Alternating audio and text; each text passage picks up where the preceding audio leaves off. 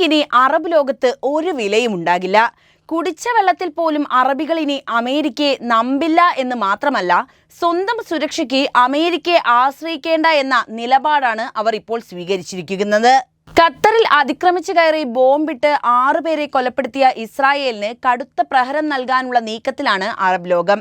Gulf രാജ്യങ്ങൾ കൂട്ടായ തീരുമാനമെടുക്കുമെന്ന് ഖത്തർ പ്രധാനമന്ത്രി ഷെയ്ഖ് മുഹമ്മദ് ബിൻ അബ്ദുറഹ്മാൻ പറഞ്ഞു കഴിഞ്ഞു. 2 ദിവസങ്ങളിൽ ദോഹയിൽ നടക്കുന്ന അറബ് ഇസ്ലാമിക രാജ്യങ്ങളിലെ നേതാക്കളുടെ യോഗം ഇക്കാര്യത്തിൽ നിർണായകമാകും. അമേരിക്കയ്ക്ക് മേലുള്ള വിശ്വാസ്യതയെ പോലും ചോദ്യം ചെയ്തുകൊണ്ട് ഇസ്രായേൽ നടത്തിയ ഈ നീക്കത്തിൽ അറബ് ജനതയ്ക്ക് മുഴുവൻ വലിയ പ്രതിഷേധവുമുണ്ട്. ആക്രമണം നടന്നതിനു പിന്നാലെ UAE പ്രസിഡന്റ് ഷെയ്ഖ് മുഹമ്മദ് ഖത്തറിലെത്തി അമീറുമായി ചർച്ച നടത്തിയത് വളരെ പ്രധാനപ്പെട്ട നീക്കമായിട്ടാണ് വിലയിരുത്തപ്പെടുന്നത്. ശേഷം അദ്ദേഹം ബഹ്റിനും ഒമാനും സന്ദർശിച്ച ശേഷമാണ് UAEയിലേക്ക് എത്തിയത്. ഇന്നലെ ഇസ്രായേലിന്റെ പ്രതിനിധിയെ വിളിച്ചുവരുത്തി UAE പ്രതിഷേധം അറിയിച്ചു.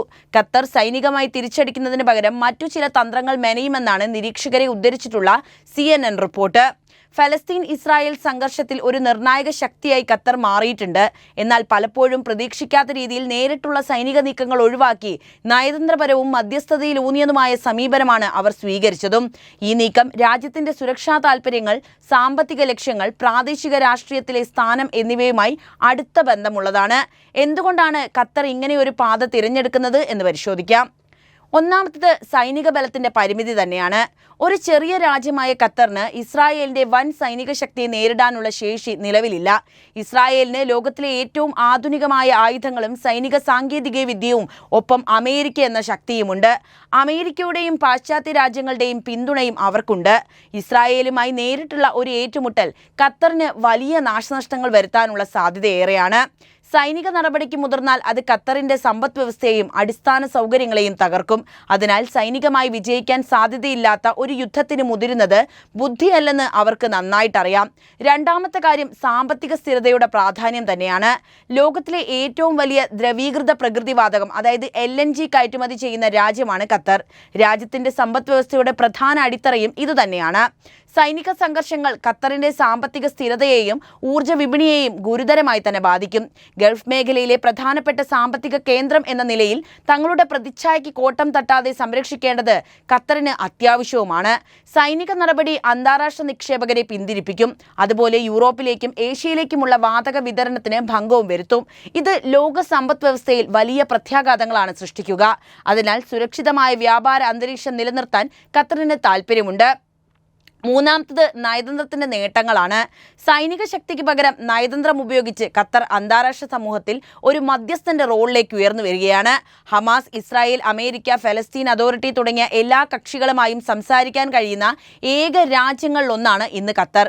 ഈ നിലപാട് ഖത്തറിന് ആഗോളതലത്തിൽ വലിയ അംഗീകാരം നേടിക്കൊടുത്തിട്ടുണ്ട്. ഗാസയിലെ ബന്ദി പ്രതിസന്ധിയിലും വെടിനിർത്തൽ ചർച്ചകളിലുമെല്ലാം ഖത്തറിന്റെ മധ്യസ്ഥത നിർണായകമാകുന്നത് ആ ഘട്ടത്തിലാണ്. ഈ നയതന്ത്രപരമായ നീക്കങ്ങൾ ഖത്തറിന്റെ സ്വാധീനം വർദ്ധിപ്പിക്കുകയും അന്താരാഷ്ട്ര ശ്രദ്ധ ആകർഷിക്കുകയും ചെയ്തിട്ടുണ്ട്. അടുത്തത് പ്രാദേശിക രാഷ്ട്രീയത്തിലെ ഖത്തറിന്റെ സ്ഥാനം തന്നെയാണ്. ഗൾഫ് മേഖലയിൽ സൗദി അറേബ്യ, UAE തുടങ്ങിയ രാജ്യങ്ങളുമായി ഖത്തറിന് രാഷ്ട്രീയപരമായ അഭിപ്രായ വ്യത്യാസങ്ങൾ നിലനിൽക്കുന്നുണ്ട്. ഈ രാജ്യങ്ങൾ പലപ്പോഴും ഇസ്രായേലുമായി അടുപ്പം കാണിക്കുമ്പോൾ ഫലസ്തീൻ പ്രശ്നത്തിൽ ശക്തമായ നിലപാടെടുക്കുന്നത് ഖത്തറിന് തങ്ങളുടെ സ്വതന്ത്രമായ നയം വ്യക്തമാക്കാൻ സഹായിക്കുന്നുണ്ട്. സൈനിക നടപടികൾ ഒഴിവാക്കി നയതന്ത്രത്തിലൂടെ കാര്യങ്ങൾ കൈകാര്യം ചെയ്യുന്നതിന് ഖത്തറിന് കൂടുതൽ സുരക്ഷിതത്വം നൽകുന്നു. അത് മറ്റ് രാജ്യങ്ങളുടെ സൈനിക ഭീഷണികൾ നേരിടേണ്ടി വരുന്ന സാഹചര്യവും ഒഴിവാക്കുന്നു. അടുത്തത് ഖത്തറിന്റെ ദീർഘകാല ലക്ഷ്യങ്ങളാണ്. സൈനിക ശക്തിയിൽ ഊന്നുന്നതിനേക്കാൾ തങ്ങളുടെ രാഷ്ട്രീയവും സാമ്പത്തികവുമായ സ്വാധീനം ഉപയോഗിച്ച് ദീർഘകാല ലക്ഷ്യങ്ങൾ നേടാനാണ് ഖത്തർ ശ്രമിക്കുന്നത്. നേരിട്ടുള്ള യുദ്ധങ്ങൾ പ്രശ്നങ്ങൾക്ക് ശാശ്വത പരിഹാരം നൽകില്ലെന്ന് അവർക്ക് വ്യക്തമായിട്ടറിയാം. പകരം ഹമാസിന് സാമ്പത്തിക സഹായം നൽകിയും മാധ്യമരംഗത്ത് അൽ ജസീറയുടെ സ്വാധീനം ചെലുത്തിയും നയതന്ത്ര ചർച്ചകളിൽ പങ്കാളിയാവാനും ഖത്തർ തങ്ങളുടെ ലക്ഷ്യങ്ങൾ നേടിയെടുക്കും. ചുരുക്കത്തിൽ ഖത്തറിന്റെ നയം യുക്തിസഹവും തങ്ങളുടെ പരിമിതികൾ മനസ്സിലാക്കിക്കൊണ്ടുള്ളതുമാണ്. സൈനികമായി നേരിടുന്നത് ആത്മഹത്യാപരമാണെന്ന് അവർക്ക് വ്യക്തമായിട്ടറിയാം. പകരം നയതന്ത്രവും സാമ്പത്തിക ശക്തിയും ഉപയോഗിച്ച് ലോകരാഷ്ട്രീയത്തിൽ തങ്ങളുടെ ഇടം നേടിയെടുക്കാനും ഒരു മധ്യസ്ഥ ശക്തിയായി ഉയർന്നു വരാനുമാണ് ഖത്തർ ശ്രമിക്കുന്നത്.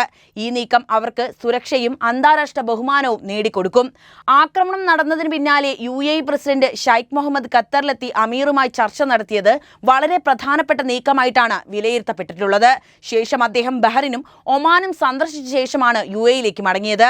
കഴിഞ്ഞ ദിവസം ഇസ്രായേലിന്റെ പ്രതിനിധിയെ വിളിച്ചു വരുത്തി UAE പ്രതിഷേധവും അറിയിച്ചിട്ടുണ്ട്. ഖത്തർ സൈനികമായി തിരിച്ചടിക്കുന്നതിന് പകരം മറ്റു ചില തന്ത്രങ്ങൾ മെനയുമെന്നാണ് നിരീക്ഷകരെ ഉദ്ധരിച്ചിട്ടുള്ള CNN റിപ്പോർട്ട് പറയുന്നത്.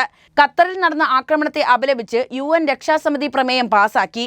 അമേരിക്കയും പിന്താങ്ങി എന്നതാണ് ഇതിന്റെ പ്രത്യേകത. അതേസമയം ഇസ്രായേലിന്റെ പേര് ബ്രിട്ടനും ഫ്രാൻസും മുൻകൈയെടുത്ത് അവതരിപ്പിച്ച പ്രമേയത്തിൽ എടുത്തു പറഞ്ഞിട്ടുമില്ല. ശേഷം ഡൊണാൾഡ് ട്രംപുമായി ഖത്തർ പ്രധാനമന്ത്രി ചർച്ചയും നടത്തി. അതിന് പിന്നാലെ അമേരിക്ക ഇസ്രായേലിന് പിന്തുണ തുടരുമെന്ന് പ്രഖ്യാപിച്ചതും ഖത്തറിനെ ചൊടിപ്പിച്ചിട്ടുണ്ട്. ഇസ്രായേലുമായി നയതന്ത്ര ബന്ധം സ്ഥാപിച്ച 2 രാജ്യങ്ങളാണ് UAEയും അതുപോലെ തന്നെ ബഹ്റിനും. UAE ഇസ്രായേലുമായുള്ള ബന്ധത്തിന്റെ പദവി കുറയ്ക്കാൻ സാധ്യതയേറെയാണ്. വെസ്റ്റ് ബാങ്കിൽ കുടിയേറ്റ നിർമ്മാണം വിപുലീകരിക്കുമെന്ന് ഇസ്രായേൽ കഴിഞ്ഞ മാസം പ്രഖ്യാപിച്ചപ്പോൾ അവർ പരിധി വിടുന്നു എന്ന മുന്നറിയിപ്പ് UAE നൽകിയിട്ടുണ്ടായിരുന്നു. അതിന് പിന്നാലെയാണ് ഖത്തറിൽ ആക്രമണം കൂടി നടത്തുന്നത്. അതുകൊണ്ട് തന്നെ UAE കടുത്ത തീരുമാനം എടുത്തേക്കുമെന്നാണ് പുറത്തുവരുന്ന റിപ്പോർട്ടുകൾ പറയുന്നത്. ഇസ്രായേലിനെതിരെ അന്താരാഷ്ട്ര കോടതിയിൽ ഖത്തർ നിയമ നടപടി ആരംഭിച്ചേക്കാമെന്നാണ് മറ്റൊരു വിലയിരുത്തൽ. ഇതുവരെ GCC രാജ്യങ്ങൾ ഇത്തരം നീക്കം നടത്തിയിട്ട് പോലുമില്ല. അമേരിക്കയും മറ്റു ചില രാജ്യങ്ങളും തമ്മിലുള്ള തർക്കങ്ങളിൽ മധ്യസ്ഥത വഹിക്കുന്നതിൽ നിന്ന് ഖത്തർ പിന്മാറാനുള്ള സാധ്യതയുണ്ടെന്നും വിലയിരുത്തലുകൾ വരുന്നുണ്ട്.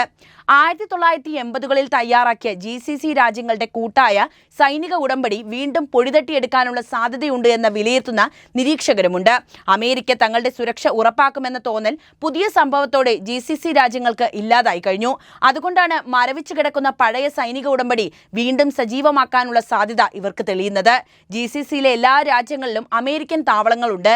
പുതിയ നീക്കം ഇവയ്ക്ക് തിരിച്ചടിയായേക്കാം. ഇസ്രായേലിന് ഗുണം ചെയ്യുന്ന അന്താരാഷ്ട്ര നിക്ഷേപങ്ങളിൽ നിന്ന് GCC രാജ്യങ്ങൾ പിന്മാറുന്ന തീരുമാനവും പ്രതീക്ഷിക്കുന്നു.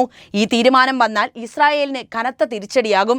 അടുത്തിടെ ട്രംപ് GCCയിൽ വന്ന വേളയിൽ സൗദി, ഖത്തർ, UAE എന്നിവർ $3 ലക്ഷം കോടി നിക്ഷേപമാണ് വാഗ്ദാനം ചെയ്തിരുന്നത്. ഇതിന്റെ ഗുണം പരോക്ഷമായി ഇസ്രായേലിനും ലഭിക്കുന്നതായിരുന്നു. ലോകത്ത് വലിയ നിക്ഷേപം നടത്തുന്ന രാജ്യങ്ങളാണ് ഗൾഫ് മേഖലയിലുള്ളത് എന്നത് ആരും മറക്കരുത്. വർഷങ്ങളായി ഗൾഫ് സഹകരണ കൗൺസിൽ രാജ്യങ്ങൾ തങ്ങളുടെ സൈനിക സുരക്ഷയ്ക്കായി അമേരിക്കയാണ് ആശ്രയിച്ചിരുന്നത്. പ്രത്യേകിച്ച് ഇറാനിൽ നിന്നുള്ള ഭീഷണികൾ നേരിടാൻ അമേരിക്കയുടെ സൈനിക സാന്നിധ്യം അവർക്കൊരു വലിയ ആശ്വാസമായിരുന്നു. എന്നാൽ അടുത്തിടെ ഇസ്രായേൽ ഖത്തറിൽ നടത്തിയ ആക്രമണം ഈ സഖ്യത്തിന്റെ വിശ്വാസ്യതയെ ചോദ്യം ചെയ്യുകയും GCC രാജ്യങ്ങളുടെ സുരക്ഷാ കാഴ്ചപ്പാടുകൾ വലിയ മാറ്റങ്ങൾ വരുത്തുകയും ചെയ്തിട്ടുണ്ട്. ഖത്തറിലെ പ്രധാനപ്പെട്ട സൈനിക താവളങ്ങൾക്കും മറ്റ് തന്ത്രപരമായ സ്ഥലങ്ങൾക്കും നേരെ ഇസ്രായേൽ നടത്തിയ ആക്രമണം അമേരിക്കൻ സൈനിക താവളങ്ങൾ സ്ഥിതി ചെയ്യുന്ന ഒരു രാജ്യത്ത് തന്നെയായിരുന്നു. ഇത് GCC രാജ്യങ്ങൾക്ക് നൽകിയ സന്ദേശം വ്യക്തമാണ്. അമേരിക്കയുടെ സംരക്ഷണം എന്നത് കേവലം ഇറാനെതിരെയുള്ള ഒരു ഉറപ്പ് മാത്രമാണ്. തങ്ങളുടെ താൽപ്പര്യങ്ങൾക്കെതിരെ മറ്റൊരു സഖ്യകക്ഷി ആക്രമണം നടത്തിയാൽ അവർ ഇടപെടില്ല. ഇസ്രായേൽ ആക്രമണത്തിൽ അമേരിക്ക സ്വീകരിച്ച മൗനം അല്ലെങ്കിൽ ശക്തമായ പ്രതികരണം ഒഴിവാക്കിയ നിലപാട് തങ്ങൾ ഒറ്റയ്ക്കാണെന്ന് ഗൾഫ് രാജ്യങ്ങളെ ബോധ്യപ്പെടുത്തി കഴിഞ്ഞു. ഈ സംഭവം GCC രാജ്യങ്ങളെ പുതിയ തന്ത്രങ്ങൾ ആവിഷ്കരിക്കാൻ പ്രേരിപ്പിച്ചു. ഇനിയൊരു രാജ്യത്തെ മാത്രം ആശ്രയിക്കുന്നത് അപകടകരമാണെന്ന് അവർ തിരിച്ചറിഞ്ഞു കഴിഞ്ഞു. ഇതിന്റെ ഭാഗമായി തങ്ങളുടെ സുരക്ഷാ താൽപ്പര്യങ്ങൾ ഉറപ്പാക്കാൻ ഗൾഫ് രാജ്യങ്ങൾ ചൈന, റഷ്യ തുടങ്ങിയ ശക്തികളുമായി കൂടുതൽ സഹകരിച്ച് പ്രവർത്തിച്ചു തുടങ്ങിയിട്ടുണ്ട്. ആയുധങ്ങൾ വാങ്ങുന്നതിനും സാങ്കേതിക സഹകരണത്തിനും ഈ രാജ്യങ്ങളുമായിട്ടുള്ള ബന്ധം ശക്തിപ്പെടുത്തി ഷാങ്ഹായ് കോർപ്പറേഷൻ ഓർഗനൈസേഷനിലേക്കുള്ള അവരുടെ താൽപ്പര്യം ഇതിന്റെ ഉദാഹരണമാണ്. സൗദി അറേബ്യയും UAEയും ഉൾപ്പെടെയുള്ള രാജ്യങ്ങൾ അമേരിക്കയുടെ സമ്മർദ്ദത്തിന് വഴങ്ങാതെ സ്വതന്ത്രമായ വിദേശ നയം രൂപീകരിക്കാൻ തുടങ്ങിക്കഴിഞ്ഞു. യമൻ യുദ്ധം അവസാനിപ്പിക്കാൻ സൗദി സ്വീകരിച്ച നിലപാടും ഇറാനുമായി സൗദി നടത്തിയ നയതന്ത്ര നീക്കങ്ങളും ഇതിന്റെ ഭാഗമാണ്. സ്വന്തം സൈനിക ശേഷി വർദ്ധിപ്പിക്കുന്നു എന്നത് വലിയ പ്രാധാന്യത്തോടെ ചർച്ച ചെയ്യേണ്ട ഒന്നാണ്. ഭാവിയിൽ ഇത്തരം ഭീഷണികൾ നേരിടാൻ സ്വന്തം സൈനിക ശേഷി വർദ്ധിപ്പിക്കുന്നതിൽ GCC രാജ്യങ്ങൾ ശ്രദ്ധ കേന്ദ്രീകരിച്ചു തുടങ്ങി. ആധുനിക ആയുധങ്ങൾ വാങ്ങുന്നതിനും സൈനിക പരിശീലനത്തിനും അവർ കൂടുതൽ പണം ചെലവാക്കുന്നു. ഇസ്രായേൽ ഖത്തറിൽ നടത്തിയ ആക്രമണം ഗൾഫ് രാജ്യങ്ങളെ സംബന്ധിച്ചിടത്തോളം ഒരു വലിയ വഴിത്തിരിവാണ് ഉണ്ടാക്കിയിരിക്കുന്നത്. അമേരിക്കൻ സംരക്ഷണം എന്ന പഴയ ആശയം ഉപേക്ഷിച്ച് പുതിയൊരു ലോകക്രമത്തിനനുസരിച്ച് തങ്ങളുടെ നയങ്ങൾ മാറ്റാൻ അവർ നിർബന്ധിതരായിരിക്കുന്നു. ഇത് അമേരിക്കയുടെ ആഗോള സ്വാധീനത്തിന് വലിയ വെല്ലുവിളിയാവുമെന്ന് ഉറപ്പാണ്. അതേസമയം മിഡിൽ ഈസ്റ്റിലെ രാഷ്ട്രീയ സാഹചര്യങ്ങൾ കൂടുതൽ സങ്കീർണവും എന്നാൽ സ്വതന്ത്രവുമാകാൻ ഈ മാറ്റം കാരണമാകും. ഈ മേഖല ഒരു പുതിയ ബഹുമുഖ ലോകത്തിന്റെ ഭാഗമാകാൻ തയ്യാറെടുക്കുന്നു എന്ന് പറയാതെ വയ്യ. അപ്പോൾ ഈ വിഷയത്തിലെ നിങ്ങളുടെ നിലപാട് എന്ത് തന്നെയായാലും കമന്റായി രേഖപ്പെടുത്തൂ. ഒപ്പം ഈ അറിവുകൾ എല്ലാവരിലേക്കും എത്താൻ വീഡിയോ ഒന്ന് ലൈക്ക് ചെയ്യാനും ഷെയർ ചെയ്യാനും പ്രത്യേകം ശ്രദ്ധിക്കുമല്ലോ.